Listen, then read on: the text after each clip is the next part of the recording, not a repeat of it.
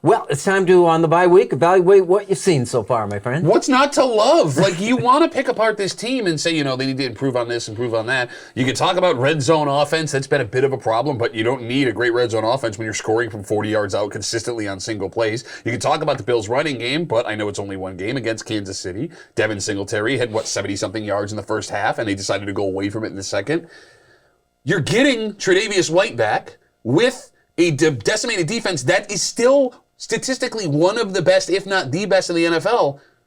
Where's the weakness? I'm being sincere. Where is the weakness? Why don't you just say they're the best team in football? I think they are the best team in football. Well, I believe they are the best team in football. And I know Philly fans are like, oh, no, come on, Eagles, whatever. Let's go to the game that they lost, the Miami game, the final decision to drive. A winnable game in and of that. Let's go back to also a game. They were down 17, came back and won, and then took on an old ghost in Kansas City to their building, late game, was able to perform. I think if you look at the rest of their schedule, and I know you have, Duffy, I don't want to look too far ahead. I warned you about Miami. The only warning I would probably have is the Jets because they got a lot of steam going. But do you fear Green Bay? Do you fear anybody else? Do you feel the New England Patriots? I don't fear any. You shouldn't fear anybody except maybe the Bengals if they're trying to fight for a playoff position at the end of the year. Look, the division scares me just because these coaches know each other so well. Belichick, especially with McDermott, those games are always tight no matter who's good and who's bad, minus the playoff game last year. Yeah, they're the best team in football, and it's not even close. I mean, it's not even close what this Bill, and they've won in every way you can. Yep. They're blowing the doors off teams, right? You have the comeback win against Baltimore, which you brought up, which Josh Allen, first one that he's had in a season and a half. The way they beat Kansas City, not only do you have that drive to win the game where Josh Allen is just brilliant. By the way, he's hurdling guys just to hurdle guys now. You know that, right? But you stopped. Don't you worry about that? Yes, but you stopped Patrick Mahomes. It's not like you scored on the last play and walked off. You slayed the dragon in every way possible against Kansas City. They have won every single way.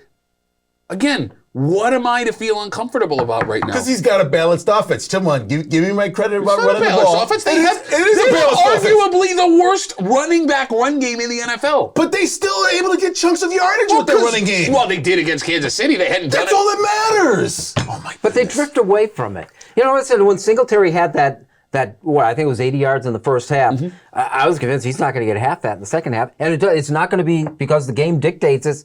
They just drift away from that. But I think what's great about it is they establish it early. They're not overusing Allen early on in the game. And then where is he at the end of the game? Fresh legs, fresh arm. He's not going 4 quarters. He might go 3 quarters or 2. But in the second half, the adjustments are amazing. Yeah, Ken Dorsey has been unbelievable. Yeah, I love him. It's a tale of even when he's not throwing tablets, which I just love. He's already eclipsed his tablet budget for the season, so he can't do that again. But no, this team can beat you in so many different ways. And look, I will say it again, you don't need a running game when you are 3rd and 11 on your own 2-yard line, which has happened in back-to-back weeks, by the way, and you manage to either throw a 98-yard touchdown pass, which ties a franchise record, or pick up Josh Allen in the end zone, dodging tacklers to get your 3rd down, which leads to that touchdown. There's an element of running the clock out on yourself when you do that. You know, my favorite thing about the dynamics of what's happened so far when Kansas City, the Kansas City Buffalo game, is how much respect each team has for the other. And you go back to that golf tournament where Allen and Mahomes are playing together and stuff.